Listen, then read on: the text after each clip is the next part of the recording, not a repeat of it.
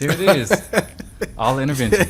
Getting it on tape. I What love that. we spoke about fear too as being like one of the leading things that stop people from making any movement towards purchasing a home, an investment property, whatever piece of real estate they're thinking about investing. In your case, we're talking about a home. But I want to kind of delve in a little deeper about where the fear resides and what are you specifically doing to push that fear aside so you can start working with me and Joey. There it is. All intervention. Getting it on tape. I love that. I love shit. I'll keep it real with you, and I think I can speak for a lot of people who, let's be frank, and as you are probably aware, a lot of people didn't grow up with parents who taught them about finances, taught them about budgeting, taught them about a lot of different terminology that can be overwhelming to someone who doesn't have that knowledge base. When someone says, oh, I want to get a house, first thing they see, $1 million.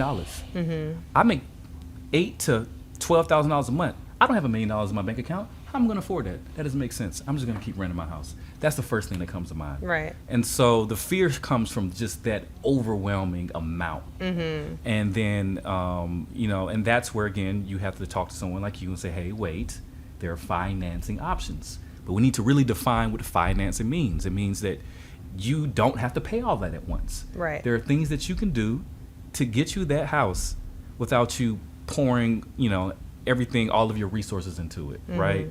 And so I think that's the first step. It's just a lot of people just get caught up in the paperwork of doing things. Yeah.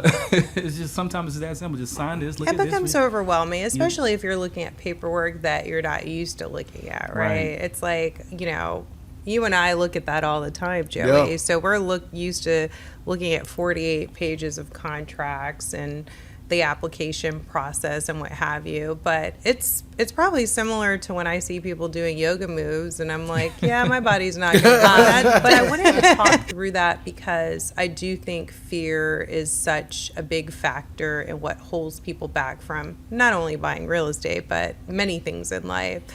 And how do we get those individuals that are out there to push fear aside and feel comfortable enough to pick up the phone and have those conversations with you during their 1-hour training sessions when they're talking, and you can guide them into making that decision to take a foot in the right direction or in a progressive direction to have that conversation about home ownership or investing or so forth.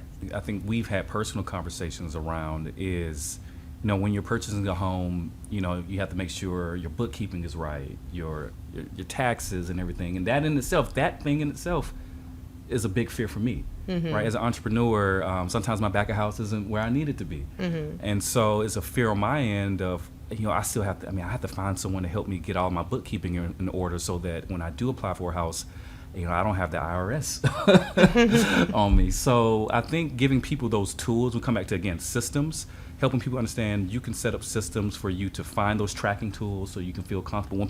When you don't know what's going on with your finances or have clarity around it, there will be fear. There will be hesitation. Absolutely. So giving people clarity on understanding their inputs and outputs so that they can go forward in the future is really important. I know it's important for me.